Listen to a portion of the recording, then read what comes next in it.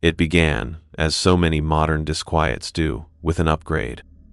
We had moved into the house on Elderwood Lane 3 months prior, a sprawling 2-story colonial that was perhaps a little more than Sarah and I could comfortably afford. But we'd been charmed by its quiet cul-de-sac location and the mature trees that lined the street, their branches forming a leafy canopy overhead. It felt safe, secluded. A good place for Lily, our 7-year-old, to grow up. My work as a software architect allowed me to work from home frequently, and I developed a certain fondness for smart home technology, not just for the convenience, but for the intricate dance of code and hardware that made it all function, or, as was sometimes the case, malfunction. The Orwell Sentry 3000 was my latest acquisition.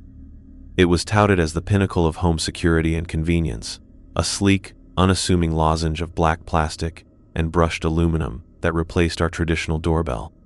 It boasted a wide-angle, high-definition camera, night vision, motion detection powered by a sophisticated AI, and, of course, two-way audio. I installed it myself one Saturday morning, enjoying the neat click as it seated into its mounting bracket. The setup was seamless, the app intuitive. For the first few days, it was a minor marvel. Notifications for the mail carrier, the grocery delivery, even a neighbor's cat that had taken to napping on our welcome mat. Person detected at your front door. My phone would chime and I could see and speak to whoever was there, whether I was in my home office upstairs or miles away. The first anomalies were easy to dismiss. Person detected. The notification would announce, but the live feed would show an empty porch, the sun dappling the painted wood, the hanging ferns stirring gently in the breeze. AI needs a bit more training. I'd murmured to Sarah, who was initially amused by what she called my expensive new toy. I delved into the settings, adjusting sensitivity zones, tweaking the algorithm's parameters for differentiating between a human form and, say, a particularly robust squirrel making a daring leap from the oak tree near the walkway. The false positives decreased for a while, or so I thought. I was busy with a new project at work, a complex cloud migration that consumed most of my waking hours, and I didn't scrutinize every notification with the same initial fervor. It was perhaps a week or two later, during a lull in my workload, that I began to notice a pattern. The person detected alerts with an empty visual feed were still occurring, albeit less frequently. I'd chalked it up to shadows lengthening in the late afternoon, or perhaps the wind rustling the ferns in a way that momentarily fooled the sensor. It was an annoyance, a minor imperfection in an otherwise impressive piece of technology. I am, by nature and profession, a problem solver. I don't like unexplained variables. So, one quiet Tuesday afternoon, after an alert showed nothing on the video, I decided to review the recorded clip more thoroughly. The video was, as expected, empty. Sunlight, porch, ferns, nothing. But the Orwell Sentry 3000 also recorded audio. Almost as an afterthought, I tapped the audio playback icon. What I heard was faint, almost subliminal. A soft, dry rustling, like dead leaves skittering across concrete.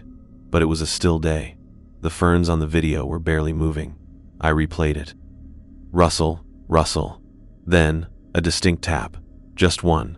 I leaned closer to my monitor, straining my ears. I played it again. Rustle. Tap. It was nothing, surely. The microphone picking up ambient noise, the house settling, an insect bumping against the casing. I told myself these things. I believed them, mostly. But the incidents continued. An alert, empty video, and then the audio. A few days after the tap, I caught something that made me pause. It was a sigh. A soft, almost mournful exhalation, clearly audible over the low hum of distant traffic. It sounded close, too close for an ambient sound from the street. I checked the video again. Empty porch. The welcome mat was undisturbed. Lily's glittery rain boots stood neatly by the door, exactly where she'd kicked them off. No one there. Wind, I said aloud, to the empty room. The microphone must be incredibly sensitive, picking up wind currents in a weird way. But there was no wind noise, no whistling or buffeting, just that isolated, human-sounding sigh. Sarah was in the kitchen making tea. I called her into my office. "Listen to this," I said, trying to keep my tone light, casual. I played the clip. "What am I listening for?" she asked, after a moment. That sigh, right at the beginning. She listened again, head tilted. Oh, yeah, huh, weird. Sounds like someone's tired. She shrugged. Probably just the wind, Kev. Or maybe Mrs. Henderson next door, out in her garden. Mrs. Henderson was in her late 70s and quite frail. The idea of her sighing with such clarity into our doorbell microphone from her garden, a good 50 feet away and around the side of the house, seemed improbable. But I didn't argue. I didn't want to sound like I was obsessing over a triviality. Lily, however, provided an unintentional spur to my growing unease. A few days later, she came in from playing on the porch. "Daddy," she said, her brow furrowed in that serious way children have when they're trying to understand something. "Are there invisible people?" I was reviewing code, my mind deep in logic gates and data streams. "What do you mean, sweetie?" "The porch people," she said, as if it were obvious. "Sometimes they talk, but I can't see them." My fingers froze on the keyboard. "Porch people? What do they say?" She shrugged. "Just noises, like whispering, but I can't see them." She then immediately lost interest and asked for a juice box, the mystery of the porch people forgotten as quickly as it arose. I told myself she had an active imagination.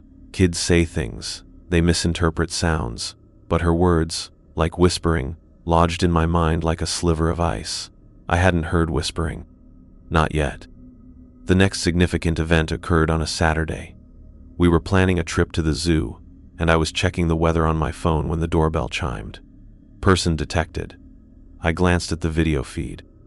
Empty, of course. I almost dismissed it, but Lily's comment about whispering was still echoing.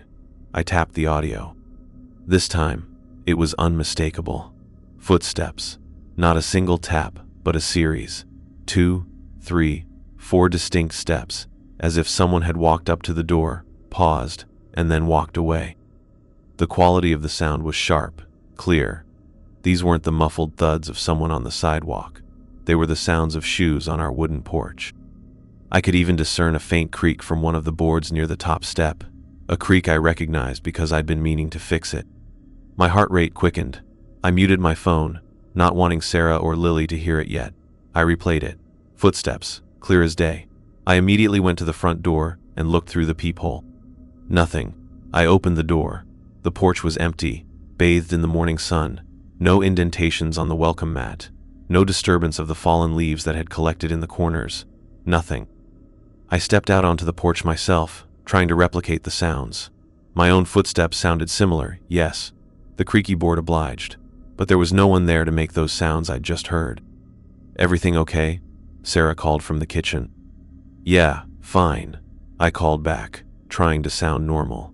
"Just thought I heard something." I went back to my office and meticulously saved that audio clip to a separate folder on my computer. I labeled it, Footsteps, No Visual, Date. It was the first time I started to document these occurrences formally, as if I were investigating a software bug. A particularly insidious, illogical bug. Over the following weeks, the phenomenon escalated, slowly, insidiously. The empty video alerts continued, perhaps 2 or 3 times a day, and each time, the audio contained something. Sometimes it was just the rustling, which I now mentally categorized as background ambiance. Other times, it was the footsteps, occasionally sounding like someone pacing back and forth just out of the camera's wide-angle view. Then came the breathing. The first time I heard the breathing, it was truly chilling. It was late afternoon, the light outside beginning to fade. The notification came through, empty video. I played the audio, and there it was, the sound of someone breathing, slow and deep. It was so close to the microphone it was almost intimate, as if someone were leaning right against the doorbell unit.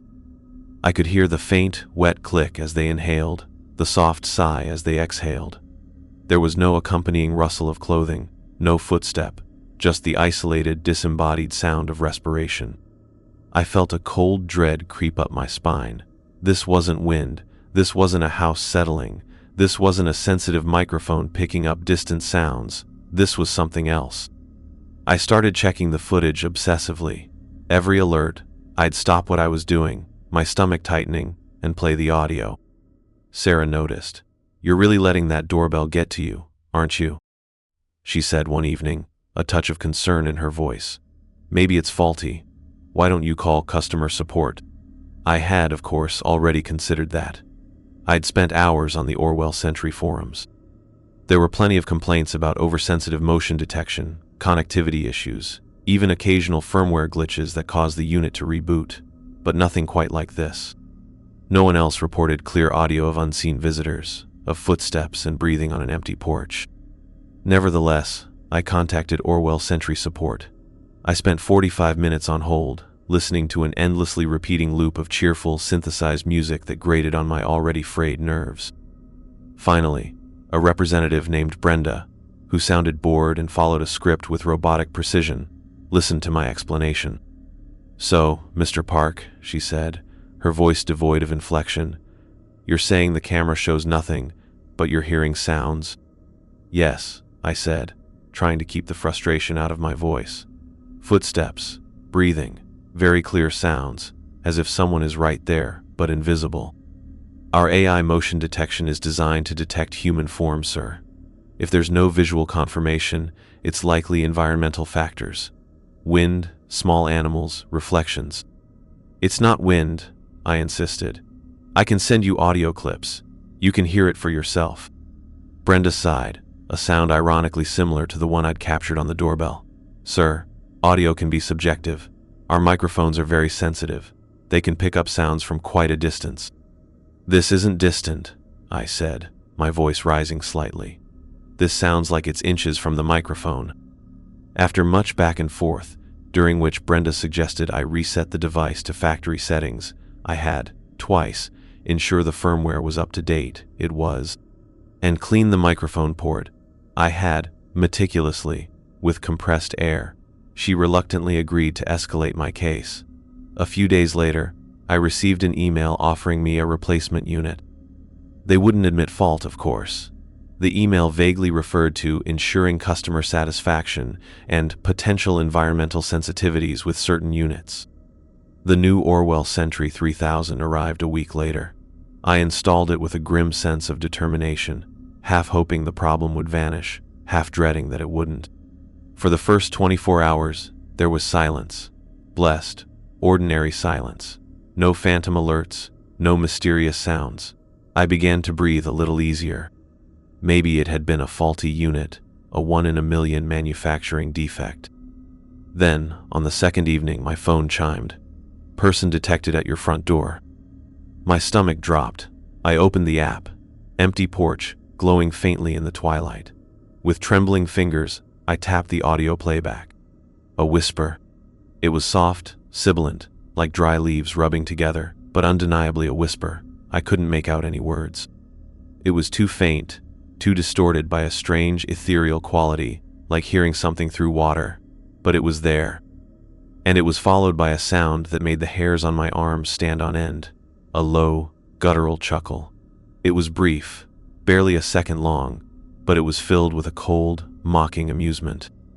This wasn't a fault in the hardware. This wasn't environmental noise. This was something else, something that was aware.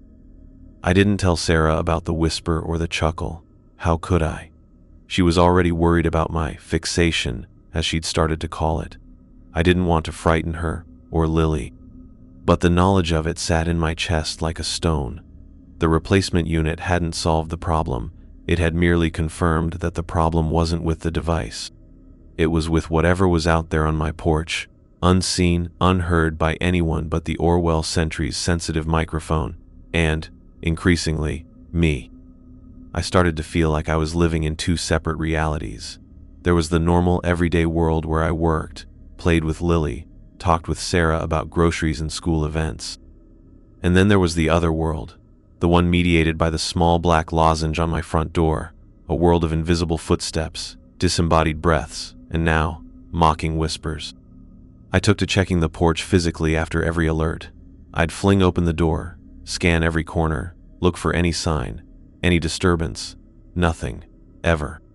My neighbors, the kindly Mr. and Mrs. Henderson on one side, and the young family with a perpetually yapping terrier on the other, must have thought I was losing my mind, constantly peering out my front door at odd hours.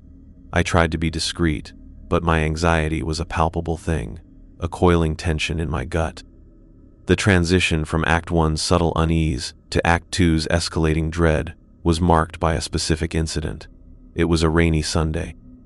The kind of day where the sky weeps relentlessly and the world outside is a gray blur. Lily was in her room, humming as she played with her dolls. Sarah was reading in the living room, a cup of tea steaming beside her. I was in my office, ostensibly working, but mostly just staring at the Orwell Sentry app on my second monitor, waiting. The alert came at 3:17 p.m. Person detected. Video, sheets of rain, the porch slick and glistening, the ferns dripping, empty. I held my breath and played the audio. The rain was a steady hiss, but underneath it, I heard a sound that made my blood run cold. It was the distinct, rhythmic creak of Lily's small wooden rocking chair, the one we kept on the porch for her in good weather. Creak, creak, creak, as if someone were sitting in it, gently rocking back and forth. But the chair, I knew, was tucked into the far corner of the porch, under the eaves, partially covered by a tarp we used to protect it from the worst of the weather. No one could be sitting in it. And even if they were, the camera would have picked them up. I listened, frozen. Creak, creak. Then, a new sound. A voice. A whisper, clearer this time than any before. It was still distorted, still had that strange, watery quality, but I could almost make out a word. It sounded like Lily. Just her name. A drawn-out, sibilant whisper. Lily. Then, silence. Only the rain. I felt a surge of adrenaline, cold and sharp. Without a word, I bolted from my chair, down the stairs, and threw open the front door. The rain lashed my face. The porch was empty. The little rocking chair was exactly where it should be, in the corner, still and silent under its tarp. I ripped the tarp off. The chair was dry beneath, untouched. I stood there, soaked and shivering, staring at the empty chair. It wasn't the wind, it wasn't a glitch, it was something that knew my daughter's name, and it was on my porch. That was the moment my professional detachment, my carefully constructed rationalizations, shattered. This was no longer an interesting technical puzzle. This was a threat. The character of the sounds began to change after the Lily whisper. They became more frequent, more intentional. The footsteps no longer sounded like aimless pacing. They had a purpose, approaching the door, lingering, then retreating. The breathing sometimes sounded ragged, impatient. And the whispers, though still often unintelligible, were undeniably speech. I started to keep a detailed log, time-stamping each event, noting the type of sound, its duration, any discernible words. My engineering mind clung to methodology even as fear gnawed at its edges. I tried to talk to Sarah again, more seriously this time. I played her the clip with the creaking rocking chair and the whispered name. She listened, her face pale. "That's creepy, Kevin," she admitted. "Really creepy, but are you sure it's not just, I don't know, radio interference? Someone's baby monitor?" Through a dedicated encrypted Wi-Fi connection, making the sound of a specific chair on our porch, saying Lily's name, I shook my head. "No, it's not interference." "So what is it?" she asked, her voice small. "Ghosts?" There was a tremor of fear in her question, but also a hint of disbelief, as if she were trying to process the impossible. "I don't know what it is," I said honestly, "but it's not normal, and it's focused on us." Her worry about my fixation transformed into a shared anxiety, a quiet dread that settled over our household. We started double-checking the locks at night, something we'd grown lax about in our supposedly safe neighborhood. Lily wasn't allowed to play on the porch alone anymore, even in broad daylight. We'd make excuses, steer her towards the backyard. She didn't question it, but I saw the confusion in her eyes. The porch had been her little domain. My attempts to find external validation or help were fruitless. I considered calling the police, but what would I tell them? "Officer, my doorbell is recording ghosts whispering my daughter's name." They'd think I was a lunatic, or worse, a prankster. I imagined the report. Subject reports auditory phenomena via smart doorbell. No visual evidence. Advised to consult a mental health professional. The thought was mortifying. This sense of being utterly alone with this phenomenon, unable to prove its existence to the outside world, was a new kind of isolation. It wasn't just physical remoteness, it was an experiential chasm. I bought a separate, high-fidelity audio recorder, a professional-grade Olympus model. I placed it on the porch, near the doorbell, hoping to capture the sounds independently, to rule out the Orwell sentry as the sole conduit, or a source of some bizarre internal malfunction.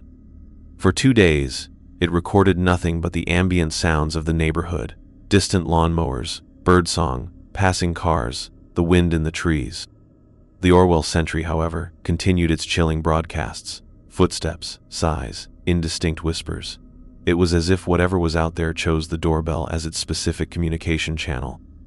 Or perhaps it was something about the doorbell's particular technology, its specific way of processing sound or electromagnetic fields, that made it uniquely receptive. The whispers grew bolder. One evening, as I was reviewing the day's recordings, a grim new ritual, I heard a phrase that was shockingly clear. It was a male voice, low and raspy, with that same watery distortion I'd come to associate with these sounds. It said, "He's listening."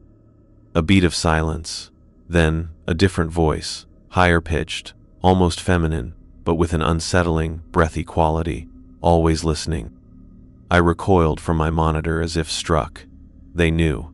They knew I was scrutinizing these recordings. The playful, almost childlike tone of Lily's earlier porch people comment now seemed monstrously naive.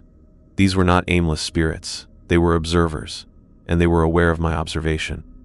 The stalker horror aspect, which had been a creeping suspicion, now felt like a cold certainty. They weren't just present, they were watching, studying, commenting. The lack of visual evidence remained absolute, and this dichotomy was perhaps the most maddening aspect. I'd stand at my office window, looking down at the porch, bathed in sunlight or street lamp glow, utterly still and normal. Yet my phone would buzz, and the app would deliver fresh audio of unseen activity. It was a direct assault on my senses, on my understanding of reality. If a sound occurs, something must make it. If someone speaks, someone must be there. These were fundamental laws. But here, on my ordinary suburban porch, those laws were being systematically dismantled. My professional competence, my reliance on logic and evidence, felt like inadequate tools against something that defied both. Sarah suggested we take a break, go away for a weekend. "Let's just get out of the house," she said, her eyes pleading. "Maybe if we're not here, it'll stop, or we'll get some perspective." So, we packed up and drove to a small cabin owned by friends of hers, nestled in the mountains about 3 hours away. It was rustic, quiet, and blessedly free of smart technology. For 2 days we hiked, played board games with Lily, and tried to forget about the Orwell sentry and its invisible occupants. The relief was immense. I hadn't realized how much tension I'd been carrying until it began to dissipate in the crisp mountain air. But the respite was temporary. As we drove home on Sunday evening, the familiar dread began to creep back in. When we pulled into our driveway, the house looked subtly different to me, less like a home and more like a container for something unseen and unknown. I hesitated before checking the Orwell app. Sarah watched me, her expression unreadable. I took a deep breath and opened it. There was a backlog of notifications. Person detected, person detected, person detected, over and over again, dozens of them, from the entire time we were gone. With a sinking heart, I started playing the audio from the oldest one, recorded shortly after we'd left on Friday. It was the sound of footsteps, walking directly to the front door. Then, a pause. And then, a clear, articulate voice, the raspy male one. "They're gone." A moment of silence, then the higher, breathy voice. "For now." My blood turned to ice. They hadn't just been active, they had noted our absence. They were tracking our movements. This wasn't random, this was targeted. The idea of them discussing our departure, calmly, on our empty porch, was profoundly disturbing. It felt like a violation of an entirely new magnitude. My home, my sanctuary, was under siege by an enemy I couldn't see, couldn't understand, and couldn't fight. The knowledge that these entities were aware of our routines, even our absence, shifted something fundamental in my approach. My attempts to troubleshoot the doorbell, to find a rational technical explanation, now seemed pathetically naive. This was not a problem to be solved with firmware updates or sensitivity adjustments. This was something that required a different kind of investigation. The hidden histories theme began to nudge at my consciousness. What was this place? What was Elderwood Lane, this quiet cul-de-sac, before it was a collection of newish colonial homes? I started with the house itself. The realtor had told us it was about 15 years old, built as part of the last phase of the Elderwood development. Previous owners? The couple we bought it from had been transferred overseas for work, or so they said. They'd seemed eager to sell, but I'd put that down to the pressures of an international move. Now, their haste took on a more sinister connotation. Had they experienced this? Had they fled, just as we were now contemplating? I spent hours at the local library, poring over microfiche newspapers and county records. The librarian, a kind, elderly woman named Mrs. Gable, regarded my increasingly specific and somewhat morbid requests with gentle curiosity, but offered no comment. I searched for mentions of Elderwood Lane, for the plot of land our house stood on. The development was, as the realtor said, relatively new, carved out of what had been dense woodland and a few small, defunct farms. There were no sensational stories, no tales of grisly murders or satanic cults that an overactive imagination might seize upon. But I did find something. An old map, dating back to the late 19th century, showed the area not as woodland, but as the site of the county almshouse and infirmary, a polite euphemism for a poorhouse, a place where the destitute, the mentally ill, the chronically sick, and the simply unwanted were housed, often in deplorable conditions. The map showed a large, sprawling building located roughly where our cul-de-sac now curved. Further digging revealed that the almshouse had a small, unmarked cemetery on its grounds, common for such institutions at the time. The records were patchy, but it was clear that many of its residents had died there, often anonymously, their passing unmourned. The almshouse itself had burned down in a catastrophic fire in 1923. The cause was listed as undetermined, though there were whispers in the old newspaper accounts of negligence, even of locked doors. Many lives were lost. After the fire, the land had been left fallow for decades, deemed unsuitable or perhaps simply undesirable for development, until the post-war boom and the relentless expansion of suburbia finally reclaimed it. Could this be it? Were these porch people the lingering spirits of that forgotten institution? The idea felt like something out of a cheap horror novel, yet the alternative, that I was losing my mind, was equally terrifying. The ancient presence characteristic, the sense of something long established, resonated with this discovery. These weren't new arrivals. They were part of the land itself. The voices from the doorbell began to change again. They started to use information they couldn't possibly have gleaned from simple observation of our porch. One afternoon, the Orwell sentry chimed. I listened. The raspy male voice. Sarah's late from the grocery store. Traffic on Oakhaven Road. My blood ran cold. Sarah was late, and she had indeed texted me a few minutes earlier saying there was an accident on Oakhaven, and she was stuck. How could they know that? Oakhaven Road was miles away. They weren't just observing our porch, they were somehow wider-ranging in their awareness, or they had access to information that was not physically obtainable from our front door. Another time, Lily was in the living room, struggling with her math homework. She let out a frustrated sigh. Almost immediately, the doorbell app on my phone, which I now kept open constantly on a secondary monitor, registered an alert. I clicked the audio. The breathy, pseudo-feminine voice, soft and almost coaxing. 7 times 8 is 56, Lily, not 54. Lily hadn't said anything aloud about the specific problem she was working on. She had just sighed. I raced to the living room. Lily, what problem are you doing? She pointed to her workbook. This one, 7 times 8. I keep getting it wrong. I felt a wave of nausea. The entities weren't just on the porch. They were listening inside the house. But how?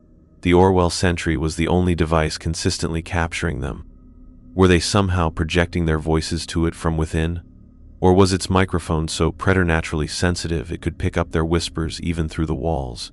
Whispers too subtle for human ears to detect directly.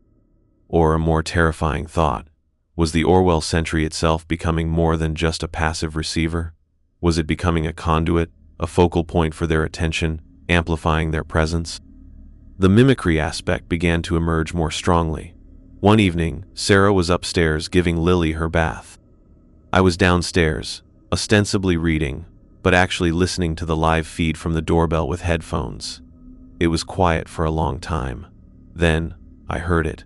Sarah's voice. Or a chillingly accurate facsimile of it. "Kevin," the voice from the doorbell said, "can you bring up Lily's blue towel? I forgot it." My heart hammered. Sarah had a particular blue towel for Lily, but Sarah was upstairs. I could hear the faint sound of her singing a bath song with Lily.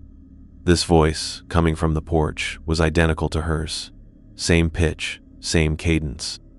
I froze. Part of me wanted to call out, "Sarah, are you there?" But I knew it wasn't her. "Kevin," the voice said again, a little more insistent. "I'm waiting." I slowly reached for the doorbell's talkback button on my app. My hand was shaking. "Who is this?" I managed to whisper into my phone's microphone. For a long moment, there was only silence from the porch. Then, a sound that was not Sarah's voice at all. It was a low, distorted chuckle, the same mocking sound I'd heard weeks before, but deeper now, more resonant. Then, the raspy male voice. "Clever boy, almost got you."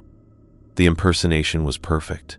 If I hadn't heard Sarah upstairs, if I hadn't been so hyper-vigilant, I might have opened the door. What would I have found? Nothing visible, I presumed. But what would have happened? The thought terrified me. They were learning, they were adapting, they were trying to interact, to manipulate. The institutional failure wasn't just the doorbell company. It was the entire framework of normal life. Who could I turn to? A priest? A paranormal investigator? I was a man of science, of logic. Such avenues felt alien, desperate. Yet, the evidence of my senses, or at least the evidence provided by the Orwell sentry, was undeniable and growing more alarming by the day. I started researching the almshouse fire more deeply. Most accounts were dry, factual. But one small local history pamphlet, self-published by a historical society decades ago, contained a chilling footnote. It mentioned local folklore that arose after the fire, tales of disembodied voices heard in the woods where the almshouse once stood, of a lingering coldness, and of people feeling watched. Superstitious nonsense, of course, the pamphlet's author had sniffed, but such tales often arise from tragedy. Superstitious nonsense, perhaps. But it was nonsense that was now manifesting on my front porch, speaking with impossible knowledge. The stress was taking a visible toll. I was losing weight. Dark circles formed under my eyes. I was irritable, jumpy. Sarah, though frightened, was also incredibly supportive, her initial skepticism long since replaced by a grim acceptance of our bizarre reality. We were in this together, a tiny island of shared terror in a world that would never understand. One Saturday, we decided to try and force a confrontation, of sorts. It felt like a desperate, perhaps foolish, move, but we were tired of being passive victims.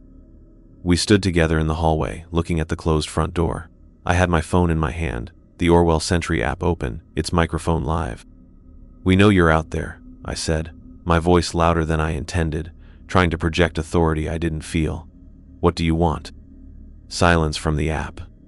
The porch, visible through the peephole, remained stubbornly empty. Sarah stepped forward.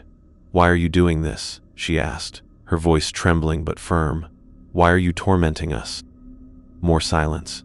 Then, a faint whisper, so soft I almost missed it, the breathy female voice. "Want. In." My blood froze. "In?" I repeated. "In the house?" A soft, affirmative sigh from the doorbell. Then, a new sound, one I hadn't heard before. A gentle, experimental scratching at the door. Not loud, not aggressive. Just a light, questing sound, like an animal testing a boundary. Sarah gasped and grabbed my arm. I stared at the door, transfixed. The scratching continued for a few moments, then stopped. The implications were horrifying. They weren't content to be porch presences. They wanted entry. and the house, our home, suddenly felt like a very fragile barrier. The reality breakdown was accelerating. The familiar rules of the world were not just bent, but shattered. The professional competence under stress that I prided myself on felt like trying to build a sandcastle against a tsunami. My logical mind struggled to find purchase, to categorize, to understand. But this was beyond any category I possessed. My research into the almshouse yielded one more disturbing detail. After the fire, when the land was being cleared of debris, workers reported strange equipment malfunctions. Tools would stop working for no reason. Batteries would drain inexplicably fast. One report mentioned compasses spinning erratically in the vicinity of the old foundation. This resonated chillingly with my own situation, with the Orwell sentry acting as a kind of lightning rod for this phenomenon. Was it the technology itself that attracted or amplified them? Or was it simply that the technology allowed us to perceive what had always been there, just beyond the range of normal human senses? The equipment failure aspect became more pronounced. The Orwell sentry itself started to behave erratically. Sometimes the video feed would inexplicably corrupt, dissolving into a mosaic of colored squares for a few seconds before clearing, even though the Wi-Fi signal was strong. The notification light on the unit itself, normally a steady blue when active, would sometimes flicker or pulse with a sickly yellow glow for no apparent reason. These were minor things, easily attributable to a complex piece of electronics, but in the context of everything else, they felt like symptoms of the device itself being affected, strained, perhaps even compromised. The character of the voices began to degrade subtly. While the mimicry of Sarah's voice had been perfect, some of their other pronouncements started to carry an undertone that was not quite human. The cadence would be slightly off, or there would be an odd resonance, a faint, metallic echo, as if spoken from the bottom of a well. The entity speech degradation was a new, unsettling development. Were they struggling to maintain their vocal manifestations, or were they becoming less concerned with perfect imitation? The feeling of being stalked was constant. I felt their unseen eyes on me even when I was deep inside the house, far from the porch. I'd be working in my office, and a sudden chill would pass through the room, the hairs on my neck prickling. I'd glance at the Orwell app, and sure enough, a new audio clip would be there, often just a soft breath or a sigh, as if to say, "We're still here, we're always here." Lily started having nightmares. She'd wake up crying, talking about shadow people in her room, whispering bad things.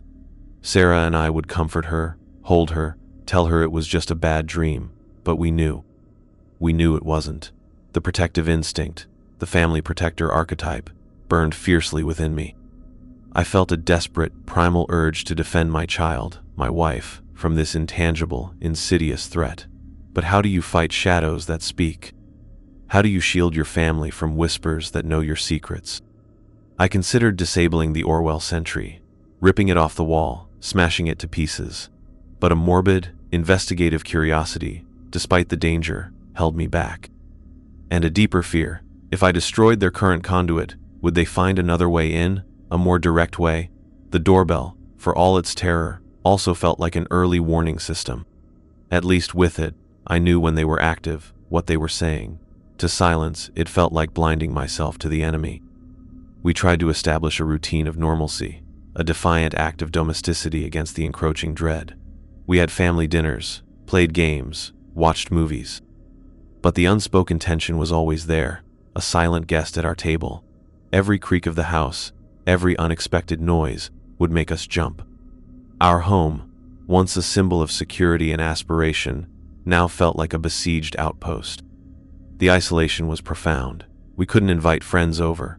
How could we explain the constant need to check the doorbell app, the strained expressions, the palpable fear that clung to us like a shroud? We were living a secret life, defined by an unseen, unheard, by others, menace. Our world had shrunk to the three of us, bound together by a shared terror. The final layer of my denial was stripped away during what I now think of as the symphony of whispers. It was late one night. Sarah and Lily were asleep. I was in my office, as usual, unable to rest, the glow of the monitor casting long shadows. The Orwell sentry had been quiet for hours. Then, it started.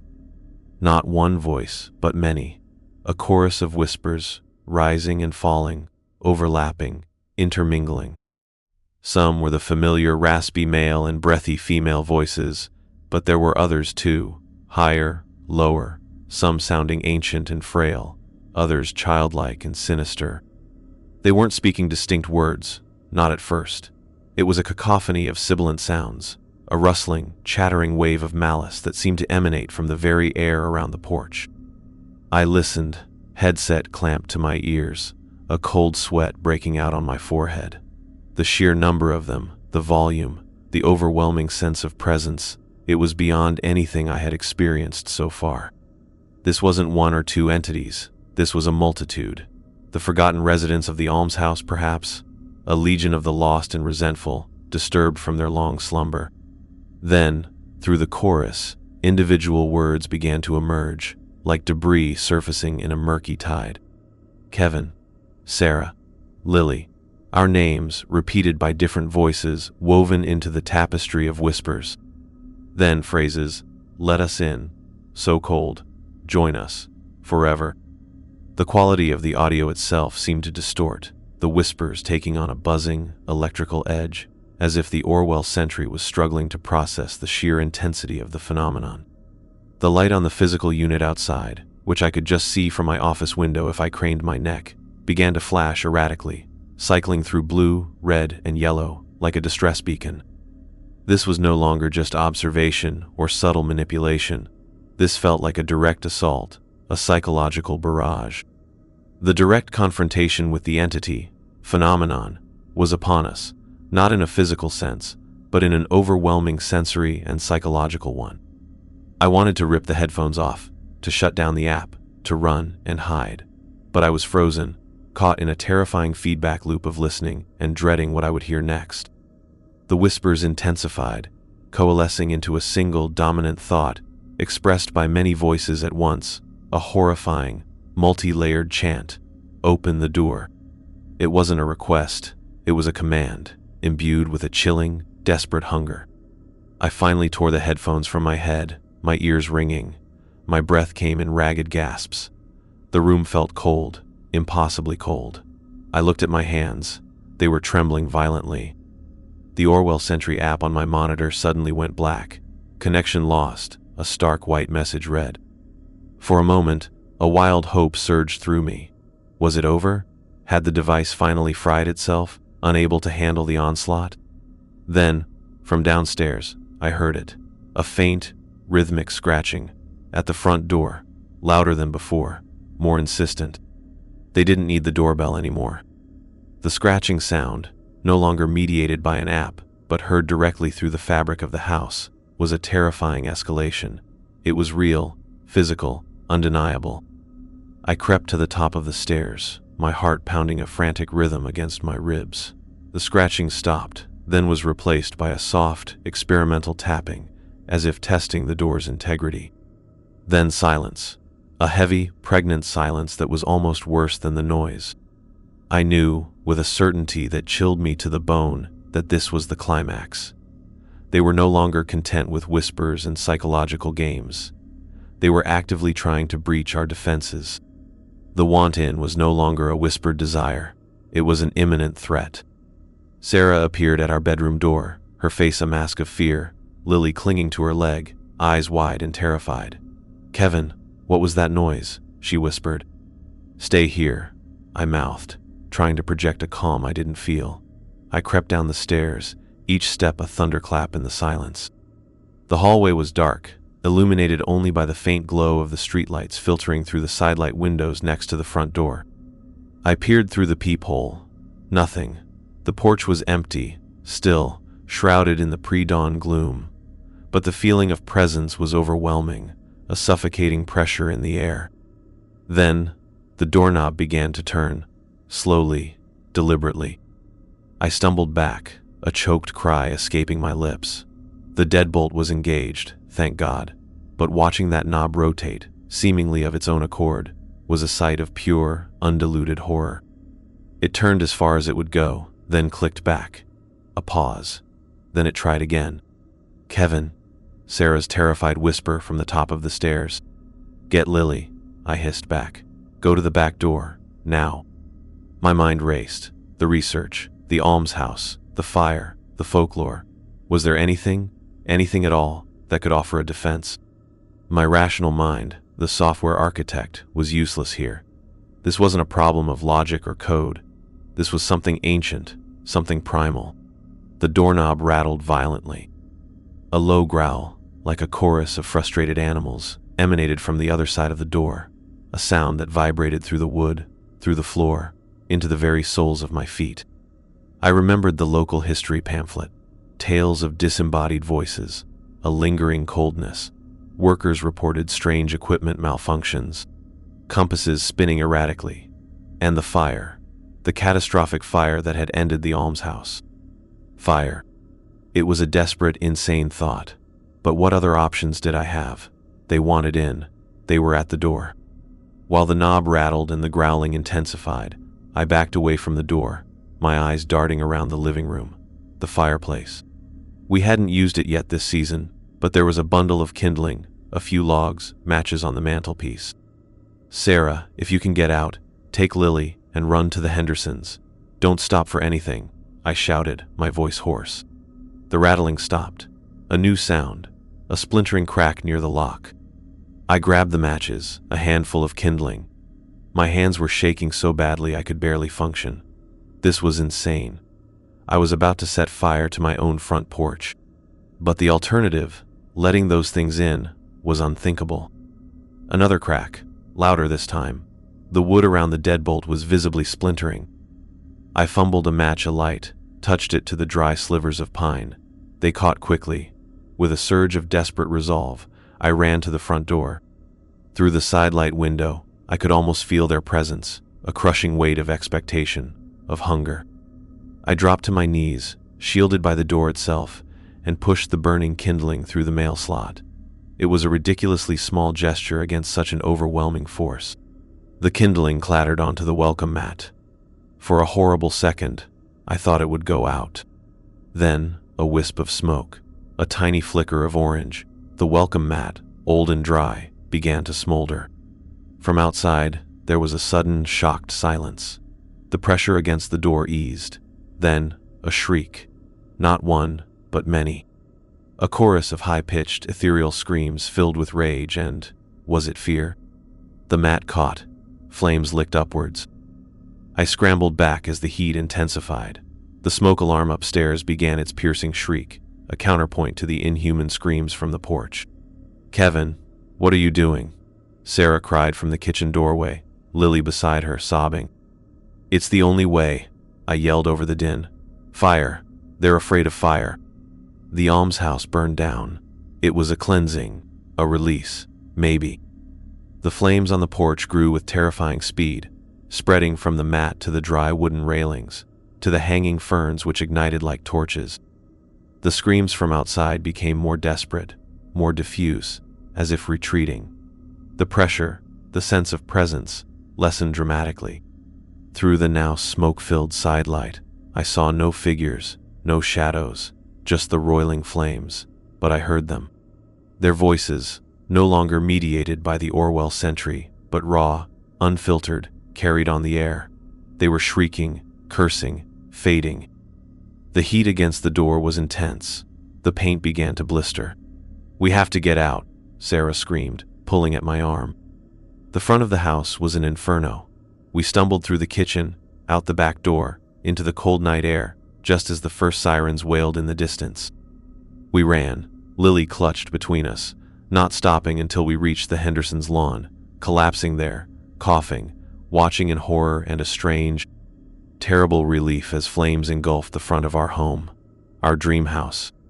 Firefighters arrived, a swarm of activity and flashing lights. Neighbors spilled out of their houses, staring in shocked silence. Mr. Henderson, wrapped in a dressing gown, put a blanket around Sarah. I watched the flames consume the porch, the front door, the facade of the house. The Orwell Sentry 3000, that harbinger of unseen terrors, melted and dripped away, its lens staring blankly into the inferno before being consumed entirely. And as the fire raged, the inhuman screams faded completely. The oppressive atmosphere that had choked our lives for months lifted, like a fever breaking. There was only the roar of the fire, the shouts of the firefighters, the weeping of my daughter. The aftermath was a blur of insurance adjusters, temporary housing, and endless questions. The official cause of the fire was listed as undetermined, possibly electrical, a vague conclusion that I did nothing to correct. How could I explain that I had, in a moment of desperate inspiration or madness, set my own house on fire to combat ghosts, whispers, an ancient, malevolent presence tied to the land? We lost almost everything in the fire, at least everything in the front part of the house. But we were alive, we were together, and we were free. We never went back to Elderwood Lane. The house was eventually demolished, the lot cleared. We moved to a different town, a small apartment, while we figured out our next steps. I took a leave of absence from work, needing time to process, to heal. Sarah and Lily, too, bore the scars of our ordeal, though children, blessedly, are resilient. Lily's nightmares gradually faded, replaced by an understandable fear of fire and a reluctance to be alone in the dark. I often wonder about the nature of what we encountered. Were they the spirits of the almshouse? Was it some other, older entity drawn to that place of suffering and neglect? I'll never know for sure. The ancient presence felt undeniable, rooted in the history of that specific location. The Orwell Century 3000 was gone, melted into an unrecognizable slag. I never bought another smart doorbell, nor any other smart home device that purported to listen or watch. My brief fascination with that technology had been burned away, quite literally. The equipment failure was, in a twisted sense, a success. Its destruction had coincided with our liberation.